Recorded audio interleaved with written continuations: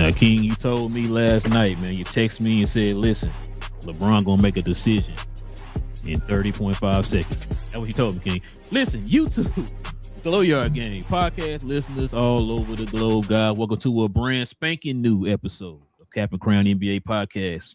Talk about all things NBA related over here on this channel, man. Like we said before, it don't matter what team you root for, man. We talk about all NBA teams over beyond. Listen, we definitely appreciate y'all, man. If you're new to the channel and you're into NBA content, hit that subscribe button. Join us here every Monday, Wednesday, and Friday, y'all, as we get our NBA talk on.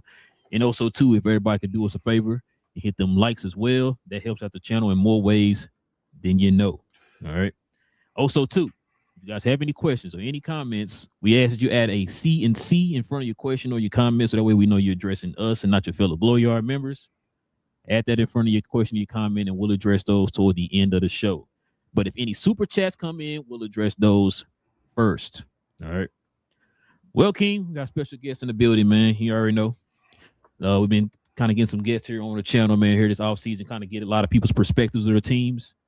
Because it's been a pretty interesting offseason, man, to say the least. You know what I mean? So we're going to get to it here. We're going to bring them up here on the stage here in a little bit. But you already know, man, before we start anything on the show, we got to stop and show love to the sponsor of the channel. This I Was Told segment is brought to you by the folks over at Fanatics. Fanatics is the world's largest collection of officially licensed fan gear from all the leagues, teams, and players you love the most, including WWE. You can earn fan cash to redeem them in your orders, jersey protection for when your favorite player is traded or changes teams. They also have an unrivaled selection of authentic fan gear and Fanatics exclusives that are only available on the site. So if you need some merch and are interested in helping the channel, scan the QR code on the screen or follow the link, which is always in the description. All right, man, let's get to it, King. Let's bring up our guests. BG in the building.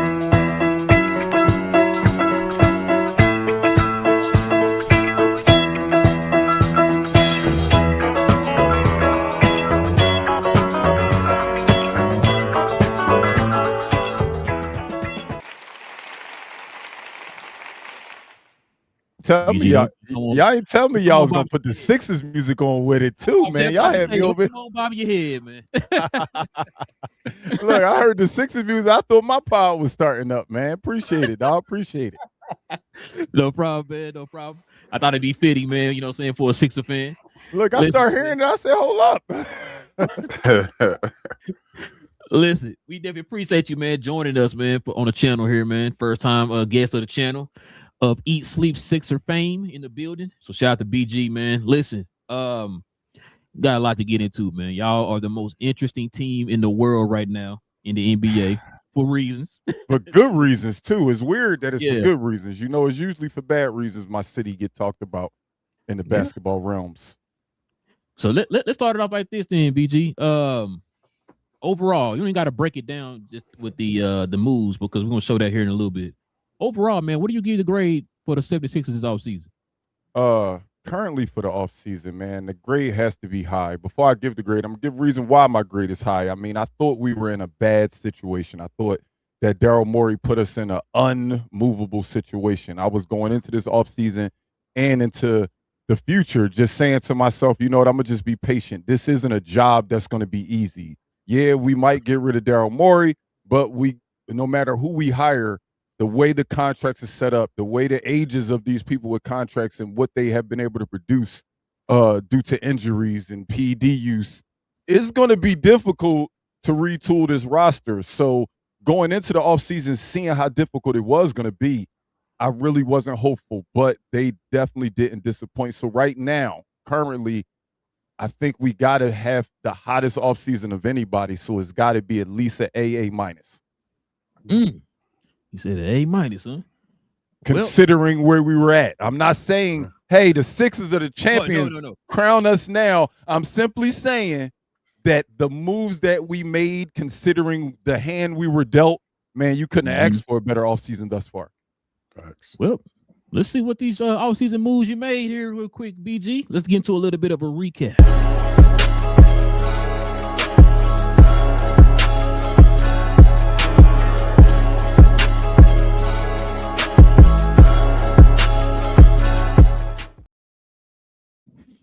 Okay. Let's see what y'all did this offseason, man. Let's put that in the people's face here.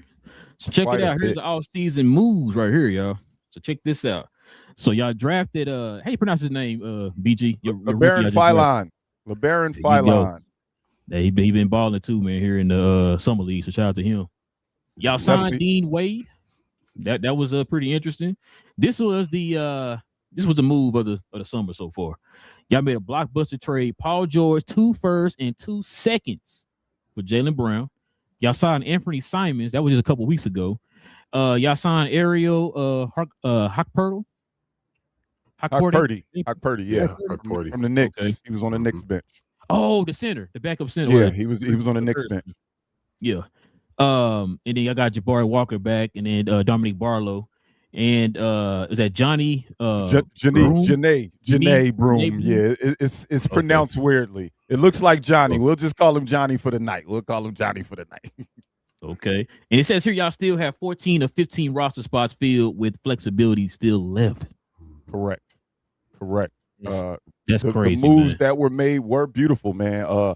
Early on with the draft pick of Filon, I can't lie, I wasn't, oh my God, head over heels about it, because I'm saying to myself, we got another guard. Why did we get another guard when we have Tyrese Maxey and VJ Edgecombe? I think we should have been focusing on getting a replacement, not a replacement, a backup, a valuable backup for Joel Embiid, in my opinion, considering what we had.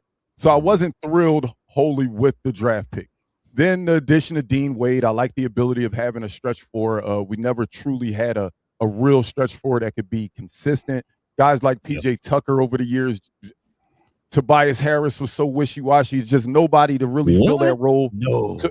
Wishy-washy in the way of one day he'll give us 24, the next day he might not shoot 4 shots. Mm-hmm. Which that's what I mean. What he did with Detroit this season. So salute to him. He definitely had a solid season. As much as we hated him in Philadelphia, man, I can't deny what he was in Detroit, and I think is going to be continued in San Antonio. In my opinion, I think he's the perfect piece for the Spurs going into them. But back to the Sixers, that Dean Wade pickup. That Dean Wade pickup was huge because we haven't had that type of stretch four in a while. And not to bring race into it, but I hated the fact that the Sixers were the only team in the NBA without a white player on their team. How does that even happen? I get it that the sport is 90% black, but how you don't have one Caucasian player on your roster? So I was happy that we did that. But then the splash, as you mentioned, man, to get rid of Paul George's contract at his age and to bring on a superstar, and all you gave up was future first rounds and two future first rounds, 2 future second rounds, and not even our most valuable picks, by the way. We actually have more valuable picks that I was surprised that we didn't have to give up to Boston. So that was definitely the splash, obviously, of our offseason. And I really didn't think it was possible. I didn't think it was true when it first happened. And then we followed up with big moves, like you said. Anthony Simons, I think, is excellent offense off of the bench. Hockpurdy, like I said, remember what I told you on draft night, I wasn't excited when we got a guard. Bring Hockpurdy in. I'm not sure what he can be. The Knicks didn't give him a lot of time to show what he was, but I'm interested to see what he's going to be. And not the guys that we bought back, I'm fine with. Jabari Walker, Dominic Barlow. I think Dominic Barlow's ceiling is a little higher than Jabari Walker, but I think every roster needs a Jabari Walker. I think every roster needs a Jabari Walker, a gritty guy that's, you know what, we down 20. We about to sit these starters, go out there and still fight. He going to go out there and do that. So I don't mind him being on the roster. I'm not naive enough to think that we're going to have a bunch of superstars throughout the roster. With our starting lineup being so superstar heavy now, man, we got to fill out our bench with good role players. I don't need the best players. I need the best players in specific roles. And we haven't done that over the years. And that's always been my issue with the Sixers is I believe in the Joel Embiids and the Tyrese Maxeys of the world. But then when they got to come out the game, when Joel Embiid only plays 36 games in a season, what's going to happen then? And that's been our problem over the years. But I'm liking the new regime. I can't front. Daryl Morey, you put us in a bad hole. But man, oh man, Mike Gansey and Jameer Nelson are showing this wasn't an impossible feat. I forgot y'all had Jameer. Yeah, I forgot. Yeah. Yep. How much of college hoops are you into, BG? How much of LeBron did you know about before you guys drafted him? So I actually can't say that I watched. I am big into college basketball, but I can't say I saw a lot of LeBaron Philon in college until the week of the draft, and people were saying a maybe for him. So everybody that was a maybe for us, I did look into, and man, he's a bucket getter. He's today's type point guard, and when I say today's type point guard is, hey, I can be a facilitator, but I also score 25 buckets. Yeah, bro, I've been watching him. That he won't be asked to do that in Philadelphia. But the fact that he has that ability, the fact that that we can rely on him. Hey, Tyrese Maxey, we don't need you to play 42 minutes a game this year. That's huge in my opinion. I'm not expecting that guy to come out here and win Rookie of the Year off the bench, but I am expecting him to step into a role as our backup point guard, and he's showing a hell of a lot in the summer league so far. A hell of a lot, man. I got to follow. I got to follow for him, bro. Can I throw it real quick? As far as your team, I had a question. The pecking order. I guess a two-part question. What do you think, I guess, your team will do as far as the pecking order of your squad? And then what would you do as far as the pecking order? See, that's not fair. It's fair because it's the type of questions you're supposed to ask, but it's not fair because these are the problems. I always sit up there and I tell myself this is what they're supposed to do, and guess what? They do the opposite. So what I really truly believe, I do still believe this is Joel Embiid's team. They're going to try to win surrounding Joel with the right pieces. Yes, having Jaylen turns us into a different type of team. Yes, Tyrese Maxey's ascendance into superstardom has turned us into a different type of team. VJ Edgecombe's ability at such a young age is weird to say, damn, y'all still going through Joel, but I really truly think they're going to go through Joel in a way that he doesn't have to be the Joel of his MVP year, but he'll still be the focal point. Because be clear, we're not winning a championship if Joel Embiid's not healthy. A lineup of Maxey, VJ, and Jaylen Brown sounds exciting, but we're not winning the East, let alone the finals, without the help of Joel Embiid. So I think it's still going to be, the pecking order is still going to be Joel, Maxey. Oh, that's actually different. That's hard, man. But I say who's second? Like Joel after you, like, it's easy to say, all right, yeah, they're gonna lean on Joel as the head of the snake. But then when you get to two, is like, man, what do you do when you see what Tyrese Maxey was able to do? You saw what he could be. Yeah. You don't want to dial, Joel back to save him throughout the season going into the playoffs, because y'all going to the playoffs. So you don't want to save him. You think he playing 65 games? Who? Add on to that? Joel Embiid. Hell no. And he's going to be number one in your pecking order and not even playing. You know he's not going to play 65 games? Last year, he wasn't number one in our pecking order. I mean, he was number one in our pecking order, and he only played 36 games. Every year, he's number one. The difference this time is we got people that can turn into a number one at the drop of a dime. Before, we didn't have that. We built this team around Joel Embiid, and then he was gone. So the team don't look as good because they used to be in here with Joel Embiid. So now that the team is structured a little bit differently, Jaylen Brown is not Tobias Harris, my sir. Jaylen Brown is not Ben Simmons. We got a superstar in his prime for these times where Joel Embiid's only going to play 36 games. I am 100%. So you asked me what the pecking order should be. It should be, hey, we need you, Joel, but damn it, we're going to sit you as much as possible. If it was me, he wouldn't play more than 2 games a week. Why? I'm not playing him 2 games a week. He's proven if he play any more than that, he's not going to be healthy in April and May. I need you healthy April, May, and June. I've seen it. I've been bamboozled for 12 years telling me how good this guy is. I know how good he is. He's amazing. I was in the building when he scored 70 on Wemby. I was there. I seen how amazing he is. I saw him get gagged out of an MVP and then get an MVP he didn't deserve. I know how amazing he is, but his availability is the issue. I'm not playing that man more than 2 times a week. Who's y'all backup center, BG? So right now is a Dembona and Hawk Purdy, obviously. That's right, a Dembo, because Andre Drummond. We got rid of Andre. Well, I don't want to say we got rid of Andre Drummond. We didn't retain Andre went to New York, right? Mm-hmm. Yes, correct. So, okay, I'm gonna ask you this question because you just said Embiid only gonna play 2.5 games this year, right? Do you trust Bona? Do you think he'll make? I'm not saying he's gonna make a stupid leap to where he's improved player of the year and all that type of stuff. Do you think he can improve a little bit more to where you know Embiid not going to be there, we can kind of lean on him a little bit to just hold it down until Embiid comes back from whenever he comes back. Yes and no. Yes and no. I trust him to be a Dembona. I do trust him to be a Dembona, but over the years with Embiid missing more games than he's played, the problem isn't can he hold it down while Embiid's out. The problem is with our backup centers is we bring them in to be backup centers and then they are thrusted into a starting role.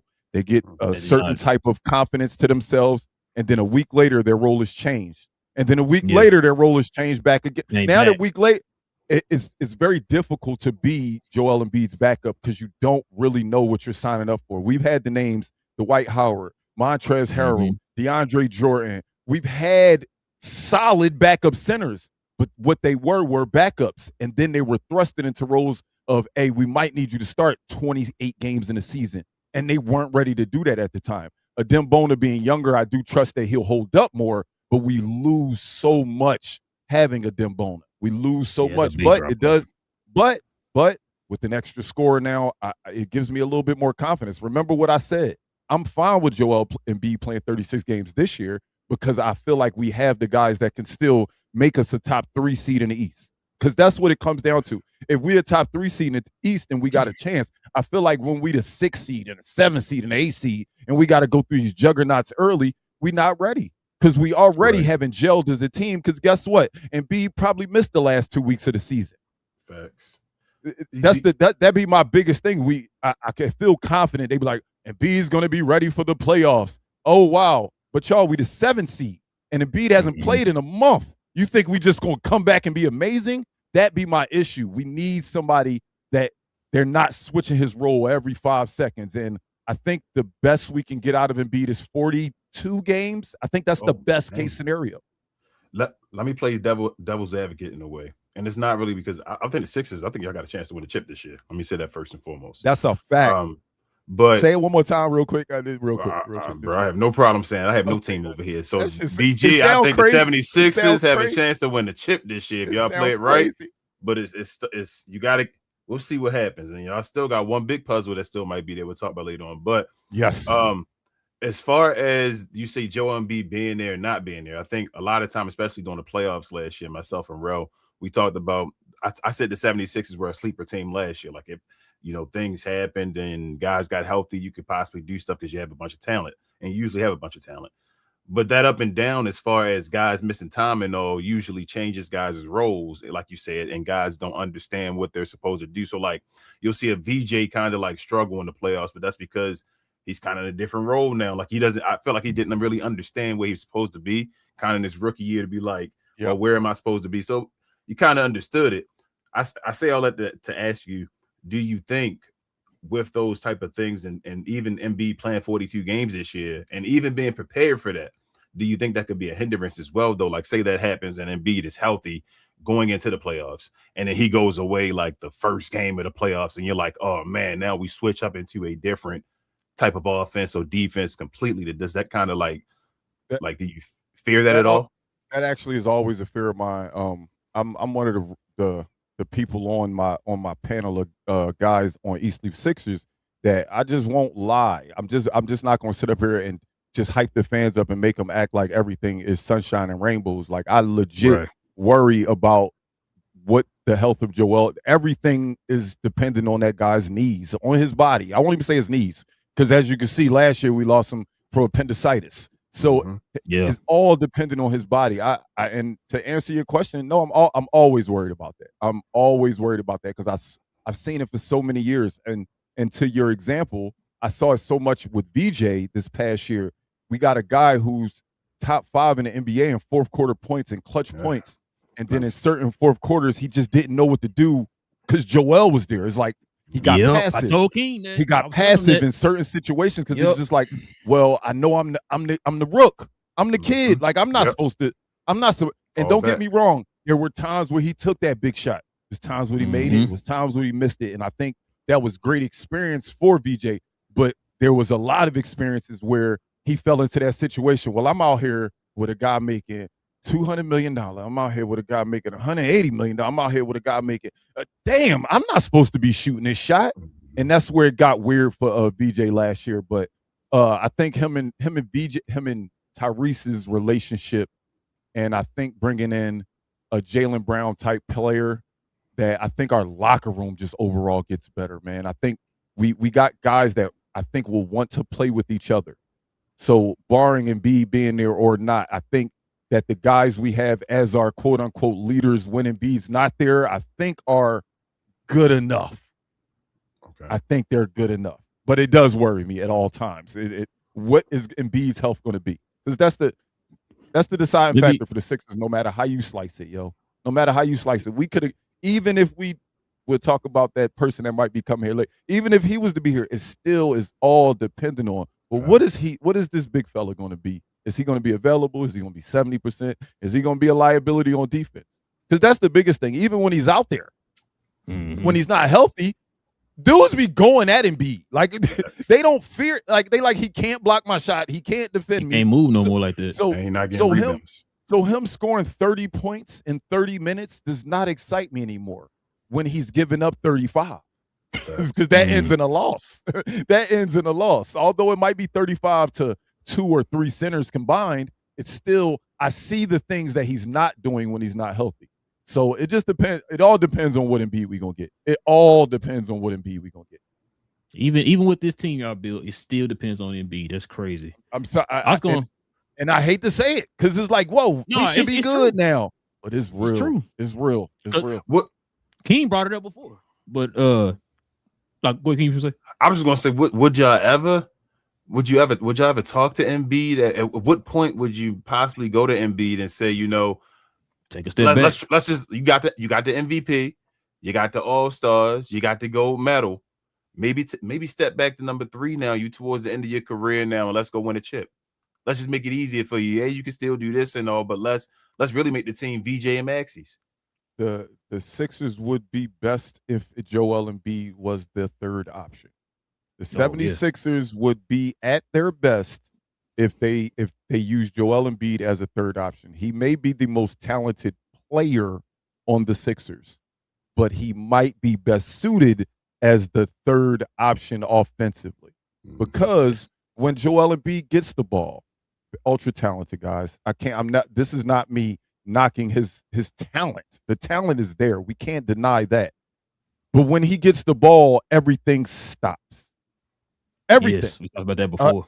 If you just watch the Sixers game and watch when he gets the ball at the elbow extended, or he gets the ball at the top of the key, or he gets the ball in the corner, everybody just stares at him because he's playing ISO ball.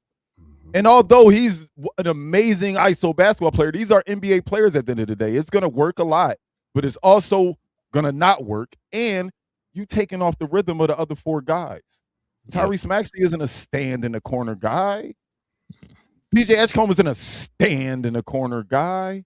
We got athletes now, man, and going through Embiid slows these athletes down. And that's the scariest part, is I know he's the most talented player on the Sixers, but is he the right person to be our focal point to win a championship? I don't know that yet.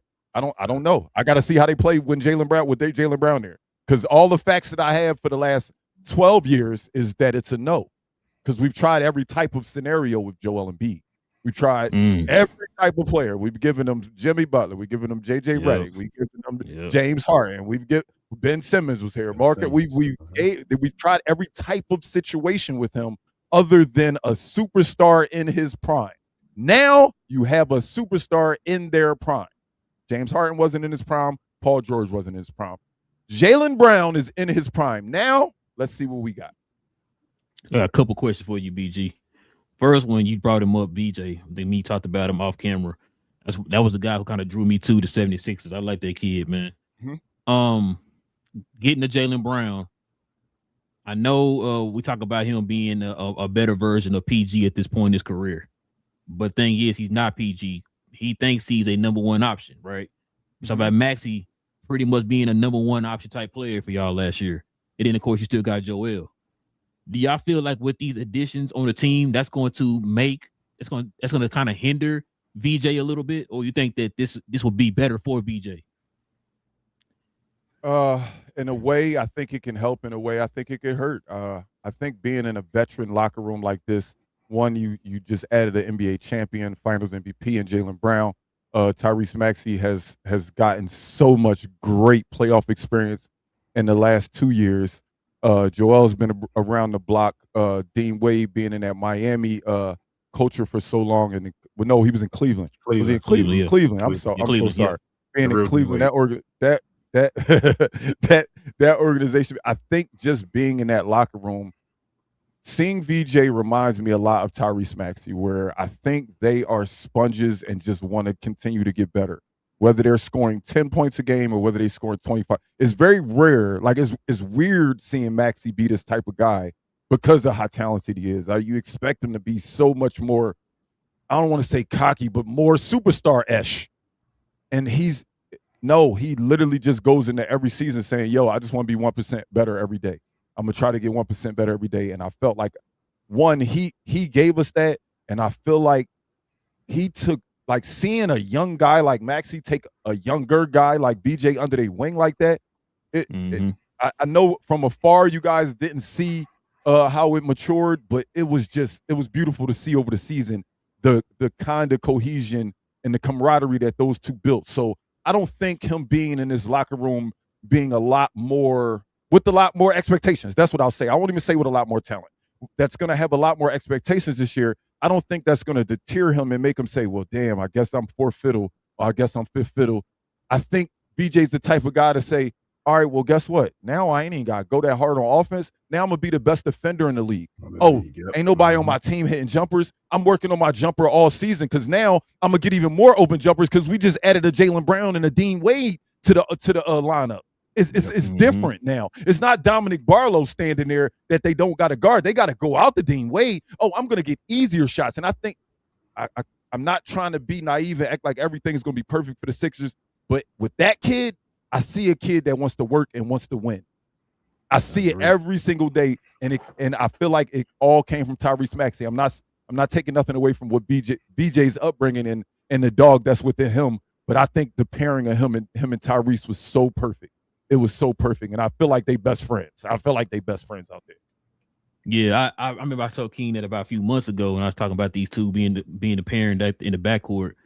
I talked about how they have a relationship with one another, and to kind of piggyback what you just said, that's where Maxey is right now. He's with BJ watching him play over. Wasn't he put it in the Euro baskets right now? Yep. Yeah, he's been winning the whole time, watching him play in the Euro baskets and stuff, supporting him over there. I'm gonna ask you this right here, BG, because I think King, like King said, I have a chance to be, to win a championship this year with how the team is constructed. Mm-hmm. How long are you giving this team to kind of click? You know what I mean? How many games into the season are you giving them where it's like, okay, you get to this point, y'all better have it figured out? How many games you giving them? I'm big on Nick Nurse. I'm big on holding Nick Nurse accountable. Is what I say. Y'all definitely are. I get it. The players are the players. The players are out there doing things, but I've watched this team not be set up for success. I watched this team not make adjustments, and that comes down to coaching. So I think with this much talent, you got to look at Nick Nurse and say, yo, you got to be able to get this job done as well. It's more than just on the players. It's more than just on the players, man. I was the guy that said that if I wanted Morey and Nick Nurse gone when the season ended. We only got rid of Morey, and after about a day, I thought about it. I said, well, if we would have fired Nick Nurse and we would have fired Morey, we'd have been paying Morey, Nick Nurse, the new GM, and the new coach. I wouldn't have been cool with paying them many people. So I'm cool with holding on to Nurse. Nurse, we retooled for you. So it's up to him, dog. It's up to him to manage these personalities, to manage this talent, to figure out what makes them best. But I won't put a timeline on y'all better get it together now. Although I'm very critical of Nick Nurse.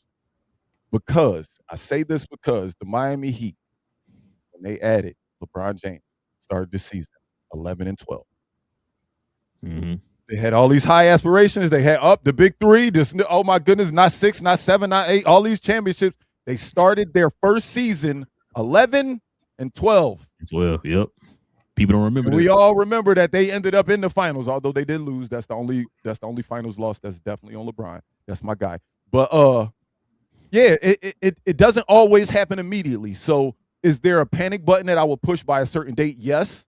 But if it's not figured out by Christmas Day, if we still just kind of a 5 seed, a 6 seed by Christmas Day, I wouldn't be terribly upset. But damn it, going into February and March, we better be playing our best basketball. About to say All-Star break. Yeah, All-Star break is always that telltale. Like, what type of team are you really? What type of team are you really? How far of a 500 are you expecting by Christmas? Above 500 by Christmas. Oh, we should be clear. With this roster, it should be clear. It should be very clear. So I think anything you said by Christmas. Yeah. Can't be a ridiculous number. So what's Christmas? At least 5. At least 5. At least 5. Because I figured you was gonna say 5. For some reason in my head, I had All-Star break. So with All-Star break, I was raising that number. But then you said Christmas. I said, well, damn, we ain't even gonna play that many games by Christmas. So I said between 6.5 and 5. Yeah. 6.5 and 5 because of what we have, man. If we play to what our potential is, again, paper champions have never been made, man. I'm a fan of a football team that called themselves the Dream Team one year, and they had a dream. So I realized that no championship is won on no championship is won on paper. So they got to show. But man, we got the pieces. We got the pieces thus far. Still more to be added. I don't think this roster is complete. Still more to be added, but I think we from the top down so far, we look good, man. We look good. Yeah, y'all GM impressing me, man. I ain't gonna lie. I definitely didn't expect this. I have one less. I guess Tate, get your opinion on it. We talked about the GM doing his job. Nick Nurse, you need him to be doing his job on the court, be a leader of men. You need Joel Embiid to be healthy. We know they're the important things for this team. But I really think another thing that's very important for this team is the development of Tyrese Maxey. That's not talked about. I think with all these egos and stars around, Maxey got to take even another jump at his point guard type level as far as like facilitating and maybe not even taking that bucket first to get other people.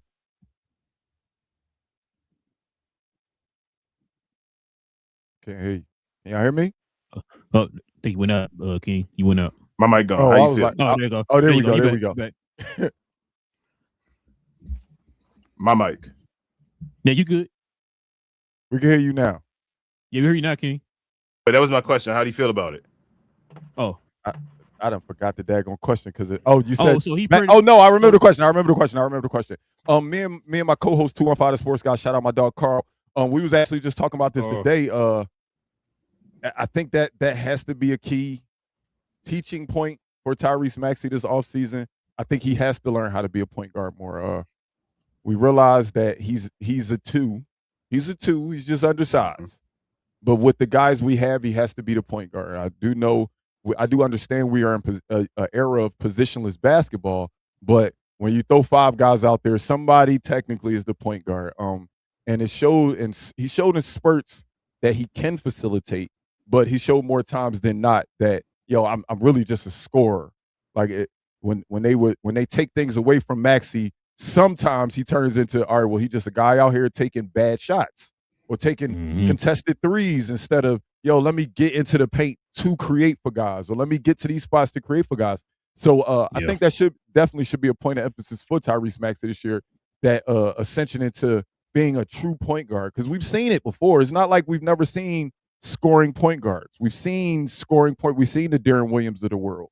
Like there's a way. I get it, different sizes, we different heights, but at the end of the day, you got to be able to get a bucket and create when you that size. So hopefully Tyrese Maxey does get that going. But that's why after the Jaylen Brown deal, I love the draft pick in LeBaron Filine, because it gives us that playmaker off of the bench, gives us a solid backup point guard. We're not looking at Kyle Lowry no more, asking him to be a backup point guard. We got a young guy who can create for himself and create for others. So I look forward to seeing how, again, it goes back to Nick Nurse.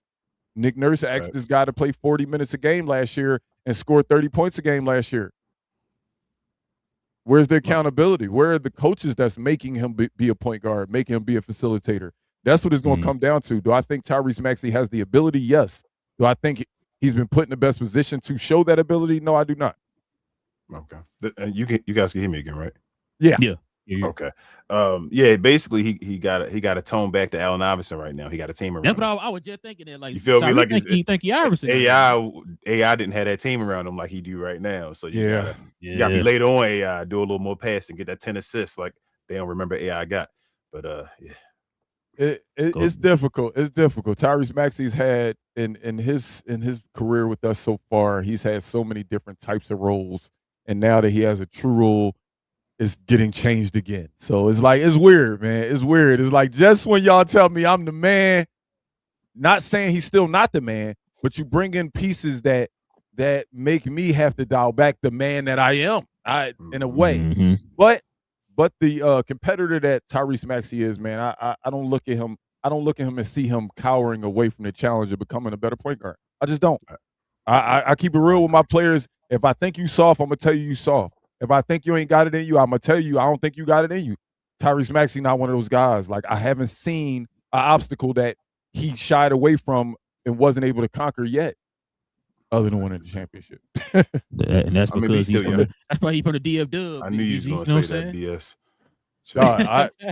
I told you I was living in San Antonio for a while, so every time the Sixers came to the Spurs, I always sat right behind the Sixers bench. And I'm just looking like, damn, Tyrese Maxey bring his whole family out for these damn Spurs games. Man. So I can imagine what it's like when he go to Dallas. I can imagine what it's like when he go to Dallas, because in San Antonio, he bought a whole lot out. So, matter of fact, every player that comes from the DF Dub, man, that plays here, they hold, like Julius Randle, all of them, family be packed in there.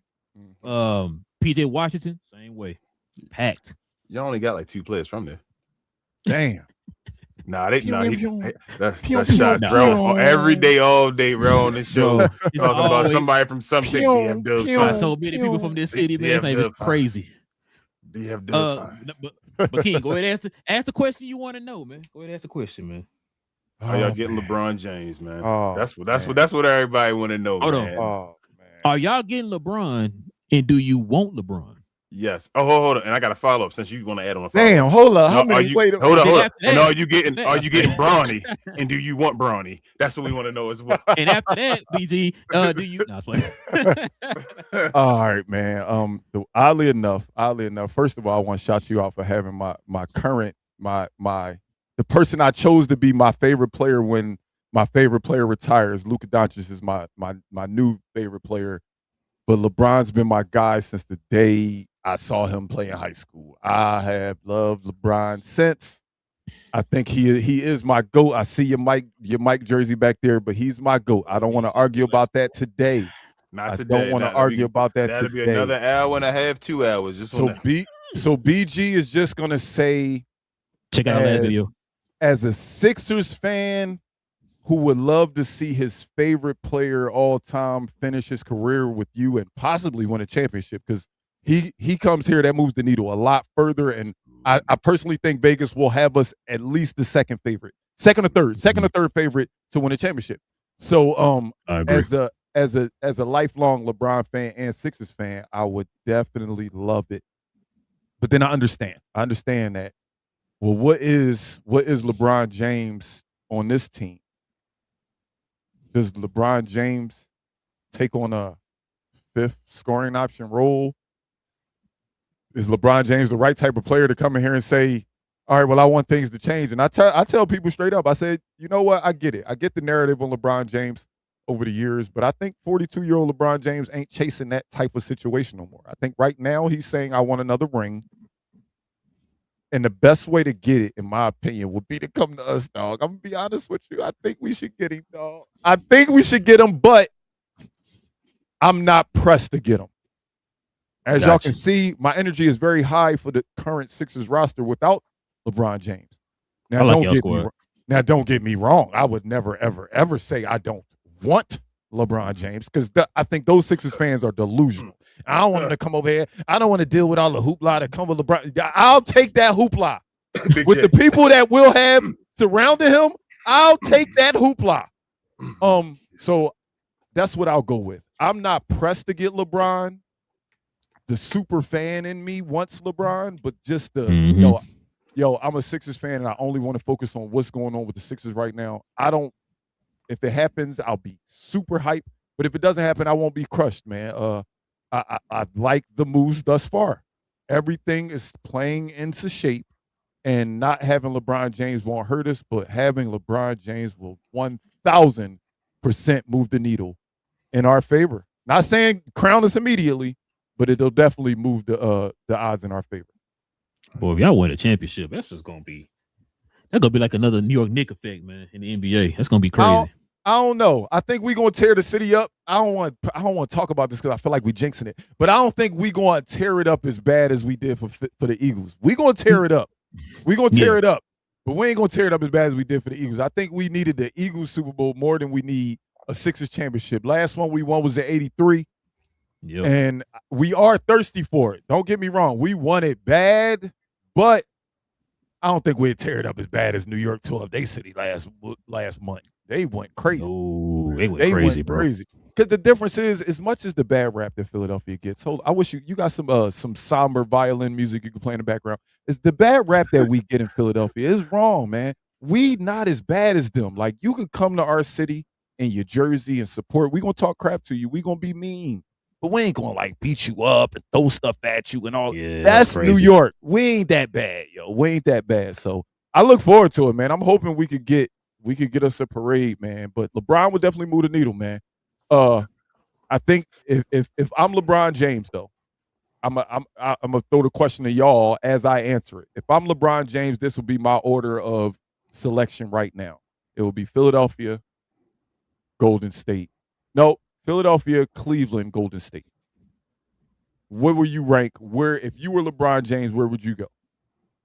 Top 3 teams. Yeah. But I go the best case scenario, Philadelphia, because I think that would give him the best chance to get his fifth ring. I think Cleveland, because that gives you a great chance to get your 5th ring. And it's familiar. It's home. Who's going to be mad at that? And then I think Golden State would be cool, man, just to see him play with Steph. Like, they've been weird about wanting to play with each other for years. Like, go ahead and end your careers together. That'd be cool. The 2 best players of this generation ending their careers together. I think that would be a cool story. So that would be my order. I don't throw Miami in there at all. I hate the thought of LeBron, Giannis, and Bam. What's that? A weightlifting contest team?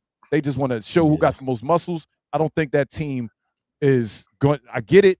You got Bam at his peak. You got Bam at his peak. You got Giannis, unstoppable. You got LeBron still being able to give you 27 and 7. And they still ain't got no shooting over there. But what else? That's what they would need. They would need shooting. What else? They would have a point guard, a small forward, and a center. Just put some shooting around it. Yeah, I don't foresee that Miami. Like, if he goes to Miami, I don't know what he's thinking. That's got to be like a business decision. That's not to win a championship if he goes to Miami, in my opinion. Nah, I agree with your selections. I think that's the way he should go. I want him to go to Philadelphia, actually, really, because I want him to make up. If they do win a championship, I want him to make up for the hate that LA gives to him, even though he got them a championship. Like, they never loved LeBron James in LA. It was always the Kobe LeBron. That's a Kobe hate. city. That's a Kobe city. It wasn't. LeBron would have had to win like 6 championships. Yeah, I was about to say he had for him to like three-peat. really be somebody. Yeah, 3-peat at least by himself or something like that. So, but if he goes to Philadelphia and helps y'all win a championship, he's gonna be loved in Philly forever. It don't matter what position he as far as in the pecking order. I agree. You think Relle gonna put a LeBron Sixers jersey up in the background after we win it? Nah, he the LeBron hater. I see he got a Mike jersey and a Kobe jersey behind him. You ain't got to tell me he a LeBron hater. You ain't got to tell me he not a Bron hater, because we got Bron haters that be in the glow yard. I don't think he appreciates he appreciates Bron, but he doesn't really appreciate what Bron anything that challenges Mike and Kobe's legacy, people don't like. It's okay. No, I'm not one of them people. I tell folks all the time, because we got folks in the glow yard that just hate him no matter what he do, right? I'm not one of them people. I appreciate greatness no matter who it is. You know what I'm saying? I grew up in that era where we had a bunch of people that if they played today would get disrespected because they don't have rings. But growing up, the Patrick Ewings and the Charles Barkley, those guys were respected because they were great players, right? Mm-hmm. I respect LeBron James' game. I do not like the extra stuff that comes with LeBron. I don't like the manufactured narratives and all that stuff. I don't like the fact that it's all about him no matter what the situation is. And that type of stuff kind of gets old after a while. It's like, bro, you're too good for that type of stuff to be what people think about first. let people think about your game and how great you were as a player. The same way we thought about those other guys growing up as being great players. That's the only thing about LeBron I don't like. I don't like the extra stuff. I don't like it. But do you But as a believe player, that? I don't disrespect him at all. I like LeBron. I think LeBron's one of the greatest players of all time. I definitely Do you gonna believe that a lot of those narratives are kind of put out there by the media though? media. The 23 seasons that I watched LeBron James play basketball, he played a lot more basketball than he was in front of a camera making a statement about anything. He did a lot more of that. I think the people that talk about LeBron create these stories that make people have that feeling about LeBron. LeBron doesn't do nothing but play a lot of basketball. That's all he do is play a lot of basketball. It's sometimes part of his crew though as well, BG. Yeah. I think the issue, so if it was just like a Stephen A. Smith and Skip, we understand that. Like, they're just being knuckleheads trying to get hot takes. But you got Rich Paul, Maverick Carter, and Nick Wright, and Shannon Sharp, the guys that we know, Draymond Green on the podcast and all that stuff. Guys, just throwing out stuff. And it's like, yeah, you can glaze LeBron, but like, you don't got to throw out, damn, he the GOAT and all. Like, it's like they playing a propaganda type thing. I always, like I say, understand where he's coming from. I think LeBron is second greatest. Like, I don't think Kobe legacy touched Bron. Like, I'm not afraid to have that conversation with any Lakers play. Like, I love Kobe. Like, Kobe in my top 10, like the same thing like Ro just said about LeBron and all. I'm like, Kobe's great and all, but he's still the carbon copy of Mike. Like, let's not forget what he was. But I don't think LeBron touches Michael Jordan at all. Like, their peaks are two different things. I do think LeBron is the greatest floor raiser of all time, but I think Jordan the greatest ceiling raiser. The biggest equalizer there ever was. That's what I think of Michael Jordan. So it was all you admitting that it was all about Michael, and it was Mike too. It was the same thing. It's just we in a different era. But Mike was just always winning. Is when we was kids, man. The only difference is it wasn't these platforms right here where three guys could just voice their opinion, and then that opinion might go to somebody, and it might become another body's opinion, and then it might become fact, and then people run narratives. That's the only difference. We're living it and experiencing it more than we were in the past. This is the same world that was in the 90s. It's just in our face now. That's the only difference. That's why LeBron, I don't want to say that's why LeBron receives so much hate, but that's fuels a little bit of the hate is because we see it all now. We just didn't see it all in the 90s and in the early 2000s.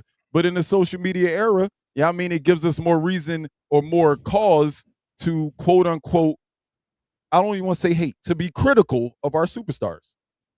And it don't help BG too that the people, like I said, the people are pushing the guys that are associated, right? We got we got Rich Paul. That's the biggest. Like, that's the biggest problem is the fact that his right hand man controls the NBA. Yes, and I've told King this before. Oh, we told the Glory Yard this before. It don't matter if LeBron's telling Rich Paul this.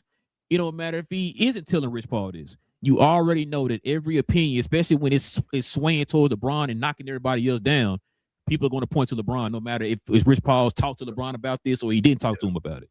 You know what I'm saying? And I think that's what a lot of what people kind of like getting tired of. You know what I mean? It's just like, bro, just let your game talk itself. Like, the people, you never see Jordan coming out here saying, hey, man, I did this. Remember, I did that. I did this. Or having one of his homeboys on the podcast. Marvin Shaw, something like that. Marvin Shaw coming out like, this guy LeBron couldn't do this or nothing like that. You feel me? Like, come on, man. What are we doing, man? Like, and it's to the point too, BG.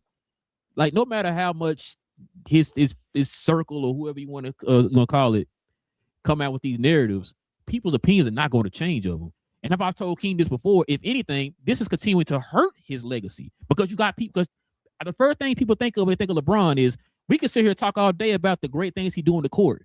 But for prime example, BJ, what's the first thing he always say, King? I'm just getting tired of the narratives. That's what people's minds go to first. Now, if that's what your mind goes to first instead of your basketball game, then that's a problem. Yeah. No matter if it's his fault or it's not. You know what I mean? That's just what comes with the territory of working with LeBron. Working with LeBron James. That's something that comes with it. I hate it for him. That's something that comes with it. I want you to be known for what you did on the court. I want to be 20 years down the line, man. Listen, this cat LeBron, man. I think it's a way of dealing with him. I think it's a way with him dealing with social media too, though, bro. I know we're getting sidetracked, but you gotta think like he deals with the social media, so he has to. He probably hears this stuff and all people hating and all that stuff. Like, it probably gets to him. So a way to try to control and stay away from him. It's a double-edged sword, man. Like, it is what it is. LeBron has opened up or shown the light on this loyalty between teams and players. Like I always say that, like he changed the whole system. You play your contract out, you can decide what you want to do. Like teams do whatever. We still be having in Boston, Jaylen Brown, feel me, Isaiah Thomas. We talk about players just in general, what happened to players and all that stuff. LeBron opened that door where players can decide what they want to do when they play their contracts out. I'm all for that. But at the same time, though, LeBron does like he controls narratives. I hate the moments, and I'm like I said, I'm a huge Bron fan. I was a Dallas Maverick fan, so that one loss he had, I can understand. Like, damn, that's the one. But I remember like when he lost to Golden State and got swept, that my hand broke and stuff. Like that's the kind of stuff is like Michael Jordan would have never did that, Bron. Why are you trying to get you showing off? It's like you want people to be like feel sorry for you or so in a way, and it's like you don't got to do that, bro. Like, yeah, you almost put up 50, you got swept and all that stuff. Just deal with it, come out stronger the next time, and go do what you do. Not my hand was broken, so I could have did a little bit more, and we would have won some games, something like that. No, you wouldn't have. That's the things I think people get tired of with LeBron. But yeah. Man, shout out LeBron, man. I don't like that long soliloquy y'all just had slandering the damn GOAT. Hold up, we're not going to end this segment. Man. We're not going to end this segment with King dropping the mic on me, telling me. No, I'm just saying that's my guy. He's my guy. I'm here defending him all the time, BG. I'm telling you. When you see the comments, probably when we get to the comments, it's probably gonna be people talking about Bron and all, and I'm gonna have to defend him and all that. But when we get to Jordan, when we got to debate guys on levels, I got to call out every weakness you got when we compare you to Jordan. That's how I feel. I'll compare him to Kobe, and I'll give you the 4 finals MVPs, and Kobe can't do that and touch that. I'll give you all of that. But when we get to Jordan, it's a different story. That's just how I feel. All I got to say, BG, go watch our last. Yeah. Watch our last. Yeah, watch our last show. We talk about all day. Say less. Look, I gotta pull up when y'all just talking that. When we not just talking Sixers, I need that invite. Yeah. I need that invite when we just debating all hoops. Just let it be known. I need that invite. For sure, man. All right, let's get to this. Let's go turn the page here, man. Let's get to matter of fact, let's show some love, man, to the merch of the channel, fellas.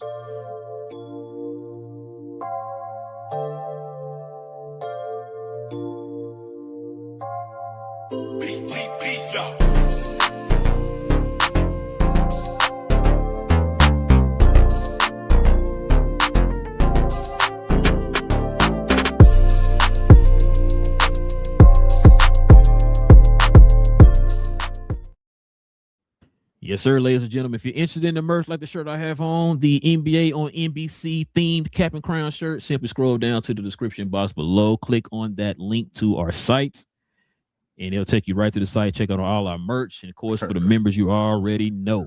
If you're a member of the channel, you already got that permanent discount. You use it as many times as you want. Just our way of showing thanks to you guys for showing love to the channel in that special way. Say love. So scroll on. Yeah, scroll to the description box down below. You check it out. All right, man.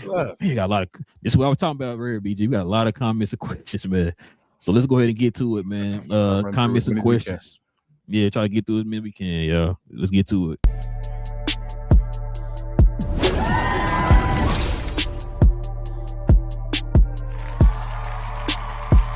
Sponsored by True Classic. The most interesting customer came into True Classic today. A young man came in right when the doors opened and said he had a job interview in just 30 minutes. The challenge, or so he thought, he had about $150 to work with. Now in most places, that's a fancy shirt, maybe some nice socks. But at True Classic, when you add more, you save more. So not only did I set him up with a pair of our 4-way stretch chinos, not only did I set him up with one of our white button-down shirts, I even helped him complete the look with one of our coach's jackets. All for just $130. So he found his fit, looked great for his interview, and I'm pretty sure he got the job too. That's true value. We got a new member of the channel, King. Shout out to Kyle, man. Just became a YouTube member of the channel, man. Appreciate you, man. Appreciate you, Kylie. Welcome to the channel, man. Welcome to the membership. All right, let's see. What we got, man? Yeah, these comments. I'm looking at some of the comments before I read them because I got to make sure Yeah, Read look, these first. look, Taj, you gotta scrub them, Jones. You know the commenters go crazy sometimes. Taj says, "What's up, fellas? What up, What up? Taj?" What up, Taj? Search and Destroy says, "Sup, all." What Shout up, out Search? Search and Destroy, man. Shout out to our guy Empire Jeff, man. LA Lakers. Yep. Read in the house says Sixers get him. Yeah, hopefully, man. 6 and 4, baby. Shit, Sixers get swept in for half the time. Don't say that yet. We got to play first, y'all. We happy we can satisfy your black men pleasures. Save America. I see you as well. I'm gonna put your comment up there, you idiot. Prospect said, "I'll slap you. I ain't gonna put up there, bro. I talked about it after the show." Prospect said, "I'll slap the F out of Rich Paul with all due respect." Jeez, Prospect. Why you angry, What do you do to you? That's what I'm trying to figure out. Jeez. Let's see. Beer says Max Embiid has ever played at 65 games. Damn, that's the most you ever played? Yeah. Well, no, he had a 60. Yes, no, it was 66. I thought he hasn't played 82, and he's officially, over his career, he has more missed games than played games now officially. Wow. Yep. Wow. Under 3 max contracts. Charles said, "Knicks are in y'all head." Is LeBron officially done with the Knicks? Is that whole Bron Knicks thing officially over? No, I don't think that's. I hope he don't go, but it's officially over. Okay. Yeah. Let's see. Is that Grins? I guess says, "How y'all feel about OKC?" OKC ain't going nowhere, man. They're gonna be just as good as they've been, man. That's that organization set themselves up for years to come. Even when it's time to pay people, they're gonna have first round picks that they can say, you know, go get paid. We'll just draft another you. That organization put themselves in a good spot for future. Is it crazy? Is it crazy that they're gonna take a step back this year? Like as far as not being the number 1 seed finally in the West, I think the West overall is going to be better. So they may well take a step back because the West is going to be something different this year now. I think they might have to make a move to win another ring. So I don't think that internal group anymore might not be good enough to win a ring right now. The second they lost, I made a hot take and it didn't turn out to happen. But I said Chet Holmgren bag's already packed. He's going to Milwaukee. Yeah, he should have been. That's what I thought. Giannis coming to OKC.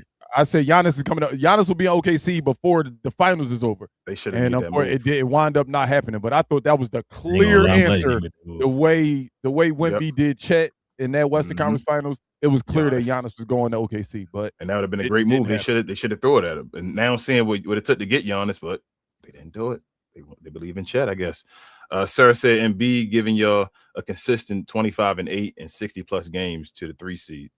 That would be amazing. 60 games would be amazing out of Embiid. 25 and 8. I think he could do that. I think he could do that in his sleep, and I would love to get a top 3 seed. I think that positions you in the best position to win a championship is to be one of those top 3 seeds. Prospective also says, gotta let Max be great, Shaq let Kobe be great, and it got them a 3-peat. Yeah, but Shaq wasn't beat up like Embiid is right now, though. They was 3-peated though. Yeah, Shaq didn't have 2 other guys on top of Kobe. You know what I'm saying? Like it was just him and Kobe. You got VJ. Yeah, you need VJ. You need who else? JB. You know what I'm saying? So yeah, like you got some guys now, man. You know what Anthony Simon. Anthony Simon's off the bench. And I forgot about Anthony Simon's coming off the bench. Grins also said, "Yo, I'm happy for y'all. Y'all got JB." Huge, man. Getting rid of that Paul George contract and adding a superstar like JB, I couldn't ask for a better into the summer. Did you have any idea that would happen? Not zero. Okay. When it came across my phone, nobody saw that, bro. When it came across my phone, I thought it was a lie. I said this is because my first notification wasn't from Shams. So I said, man, whatever. And then the Shams one came through. I said, I know this ain't real. Yeah, King sent me that. I'm like, wait a minute, what? I didn't even hear y'all name in that. And that was the thing. It was nobody had talked about it. I think Boston just took a swing at the fence after they didn't get Giannis. I think they wanted to get Giannis. When Giannis chose Miami, they just looked at every offer, and I guess our 4 picks was appealing to him. And Paul George, I guess, because Paul George showed a lot last year. Let's be clear. Outside the playoffs, 25 games, Paul George actually looked like, you know what, I could be a number 2, 3, maybe still. Not a number 1, but I could be a 2 or 3 maybe. So I don't think Boston got completely fleeced in the trade. We definitely got the best end of it, but I don't think Boston like, oh my God, they're gonna be trash. by no stretch of the imagination. How old is Paul George now? 36. He might fall off a cliff soon, though. Yeah, that's what I'm saying. It's at the end. That's what, remember what I led with when I said it's not just the Paul George contract. It was the Paul George contract at his age. At his age, that contract seems impossible to move. That's why I thought there was no way we was gonna be able to move it. That's crazy. That is crazy. Beer said Bona needs some offense and stop fouling. Facts. He's gonna foul. He's gonna get you at least 5 fouls in 12 minutes. Hey, he was all right beginning of the season though. I ain't saying he was like no all-star or nothing, but you know, he was. Hey, his ceiling is Theo Ratliff. He could be an amazing shot blocker, energy guy, rebounder. Ooh, okay. But he's not disciplined. He doesn't have the mental. Like he's a good defender, but the things he lacks to be a great defender gets exposed. He jumps off his feet. He wants to block everything. So somebody like that, although they can excite you and be like, oh my God, he got 2.5 blocks. He averaged 2.5 blocks, but then you think about, he also wound up giving them 3 and 1s. They wound up getting 12 free throws just because of him. Like you think about those little things. Yes, I do like Bona, but Bona definitely has some things he had to brush up on. Once great players figure that out, it's a wrap. Once they catch you with that pump fake, you out. You out the game. They can get you out. Gren said, I got finals OKC and the Sixers. That's not a bad pick. That's not a bad. Like I said, I'm not crowning us yet, but I guarantee Vegas had. Well, right now I think we're number 3 or number 4. I think we're number 3 or number 4. But trust and believe, it's not a bad bet, man. That's not a bad bet at all. Are you disappointed if y'all don't finally make the conference finals and it's Joel Embiid? Are you serious? This year? Is that a serious question? I'm just gonna ask you seriously. Like, I mean, where's the point? Are you like how far do you have to go for this year to be a success? Are you saying you got to win a championship? No. Okay. Conference finals. We have to at least get over the snide. We haven't made it out the second round, bro, since 2001. Conference finals. That's what I'm thinking. We haven't made it out the second round since 2001. That's not acceptable, man, because we've had talented teams, man. We've had players here, and I'm not saying, we should be title contenders every year. That would be unrealistic. That just doesn't happen. We see a dynasty here and there, and then everybody else, as you can see, we've seen 8 different champions, bro. We've seen 8 different champions in the last 8 years. Like, I'm not expecting us to win every year, but we ain't been out the second round since 2001. That's crazy. So I think it has to be at least there. But BG's is the finals, at least going to. If we lose in the finals, I mean, we wasn't ready at the time, maybe. We ain't got the experience yet. But I think talent-wise, man, it's on Nick Nurse to get these guys to the finals, man. There's no more talented starting 5 than ours in the East, in my opinion, right now. Although I would have the Knicks as the favorite still because they have that cohesion. But there's not a more talented starting 5 than ours. I agree. Ghost says 76ers aren't making the finals. It's cool. That's your opinion. Can't be mad at that. Yeah, this is opinion. You see his name, right? I don't argue with opinions. Todd says 76ers won't beat LA in the finals. Luka finna eat. Won't beat LA in the finals. I don't know about Luka. I'm a Luka guy. Shout out to I'm a Luka guy, but I don't know about Luka going to the finals. Walker Kessler, man. Walker Kessler dropped 30 and 10. Once again, go back and watch that video. Shout out to our guy Jeff. We had him on. Yeah, Jeff on. Just watch all these videos. We talked about Empire Jeff, LA, man. Shout out to our guy Empire Jeff. Ghost said, "Good luck keeping Joel Embiid." Terrible, man. He's terrible. His body gave up on him years ago, man. He's just trolling now. He said, "Goal Embiid ain't going to be healthy." That ain't trolling. Like, I don't take stuff that's true as trolling. Like, that's facts. His body don't work for long. It's just a fact. I can't knock it. It's a fact. Goat said Lakers also bums. Might be. He said their whole team is white. Yeah, the opposite of 76ers. He said their guards play no D. Facts. Todd says 76ers should make a move for Gafford or Steven Adams if possible. I love Gafford, man. I love Gafford. Steven Adams, I do believe, is still out there on the market, but I definitely love Gafford. I would take Gafford before Adams. I would take. I don't know. I would take Gafford before Adams just because of age, and Steven Adams missed the whole season. I don't know. I don't like when guys miss a whole season and then you bring them back and ask them to do a lot. Nah. And Gafford can definitely do both. Yeah, I like Gafford. He's younger. I like Gafford.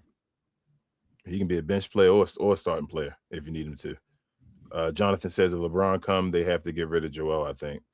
Nah. So I was on the side of we should try our hardest to get rid of Joel this off season, but this is before we got Jaylen Brown. But now that we got Jaylen Brown, I want to see Joel try to play this through, man. We built this shit around you for a long time. Excuse my language, but look, man, this is it. This is your last chance. This is it. We gave you everything possible, and this is the last hurrah. So no more excuses.